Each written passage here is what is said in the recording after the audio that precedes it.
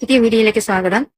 ഇന്ന് 2 ദിവസമായിട്ട് നമ്മൾ കേട്ടോണ്ടിരിക്കുന്ന ഒരു കാര്യമാണ് 13 വയസ്സുള്ള കുഞ്ഞിനെ കാണാതായിരിക്കുന്നത്. അവളുടെ വീട്ടിൽ അവളുടെ അമ്മ വഴക്ക് പറഞ്ഞു എന്നുള്ള കാരണത്താൽ അവളെ വീട് വിട്ട് ഇറങ്ങിയതാണ്. തുച്ഛമായ വെറും 40 രൂപയാണ് അവളുടെ കയ്യിലുള്ളത്. അവളിപ്പോൾ നമ്മുടെ വാർത്തകൾ നിറഞ്ഞിരിക്കുന്ന പെൺകുട്ടിയാണ്. എനിക്ക് മാതാപിതാക്കന്മാരോട് പറയാനുള്ളത്, കുഞ്ഞുങ്ങളുടെ മനസ്സ് നോവിക്കുന്ന വിധം അവരെ വഴക്ക് പറയാതിരിക്കുക. എന്ന് വെച്ചാൽ വഴക്ക് പറയരുത് എന്നില്ല, അവരുടെ ശിക്ഷണം കൊടുക്കുക.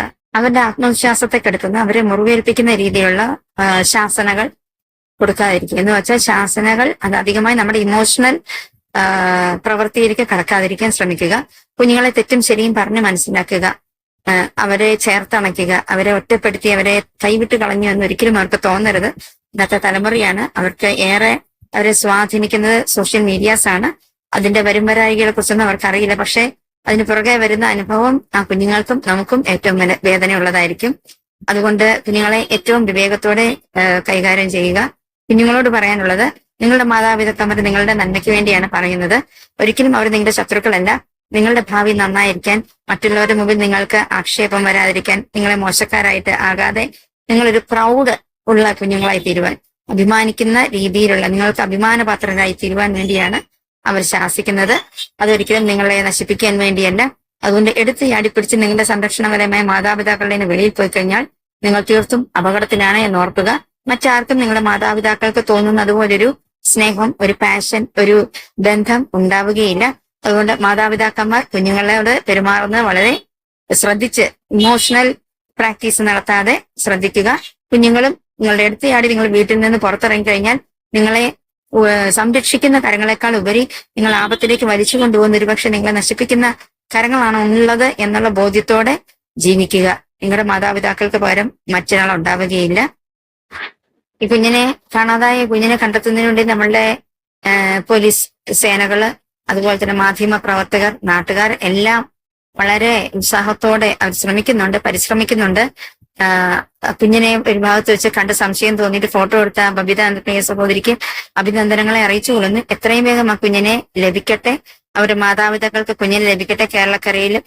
കേരളക്കരയ്ക്കുള്ള ദുഃഖത്തിന്റെ അവസ്ഥ മാറിപ്പോട്ടെ. ദോഷകരമായ ഒന്നും ആ കുഞ്ഞിന് ഭവിക്കാതിരിക്കട്ടെ എന്ന് സർവേശ്വരനോട് പ്രാർത്ഥിക്കുന്നു.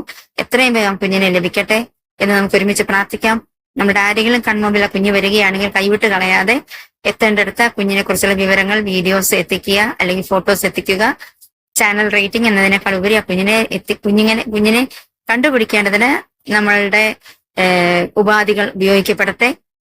ആസാം സ്വദേശി ആണെങ്കിലും ഈ കുഞ്ഞ് നമ്മളുടെ എല്ലാവരെയും കുഞ്ഞാണ്. ഇപ്പോൾ സമീപകാലത്ത് നടന്നുകൊണ്ടിരിക്കുന്ന ഓരോ സംഭവങ്ങളും കാണിക്കുന്നത് മലയാളിയെ പോലെ വേറെ ആരുമില്ല എന്നാണ്. കാരണം ഏതൊരു സാഹചര്യത്തിലും, ഏതൊരു ആപത്തിലും, ഏതൊരവസ്ഥയിലും വ്യക്തിബന്ധങ്ങളോ മറ്റ് സ്ഥാനമാനങ്ങളോ ഒന്നും നോക്കാതെ ആപത്തിൽ അകപ്പെട്ടിരിക്കുന്ന, ദുഃഖത്തിലായിരിക്കുന്നവരെ കൈത്താങ്ങുവാൻ, സഹായിക്കുവാൻ, അവരോട് തോളോട് തോൾ ചേർന്ന് നിൽക്കാൻ എവിടെ നിന്നാണ് ദൂരപരിമിതി ഇല്ലാതെ ഓടിയെത്തി സഹകരിക്കുന്ന മലയാളികൾ ഇതിലും അതുപോലെ തന്നെ പ്രവർത്തിക്കുമെന്ന് വിശ്വസിക്കുന്നു.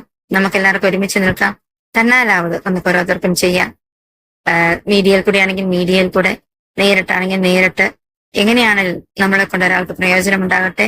ദൈവം നിങ്ങളെല്ലാവരെയും അനുഗ്രഹിക്കുമാറാകട്ടെ. നന്ദി. ഇതാണ് കാണാതായ തസ്മിത്തിനെ എല്ലാവർക്കും നിങ്ങൾ മാധ്യമങ്ങളിലൂടെ കണ്ടിട്ടുണ്ട്.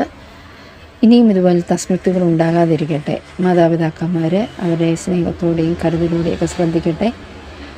ഈ കുഞ്ഞിനെ കണ്ടെത്തുവാൻ വേണ്ടി പരിശ്രമിച്ച മലയാളി സമാജത്തിന് എല്ലാവിധ ആശംസകളും അറിയിക്കുന്നു. സ്വന്തം കുഞ്ഞുങ്ങളെ കണ്ടെത്തുന്ന അതേ വ്യഗ്രതയോടുകൂടി കണ്ടെത്തുവാൻ എല്ലാവരും ഉത്സാഹിച്ചു.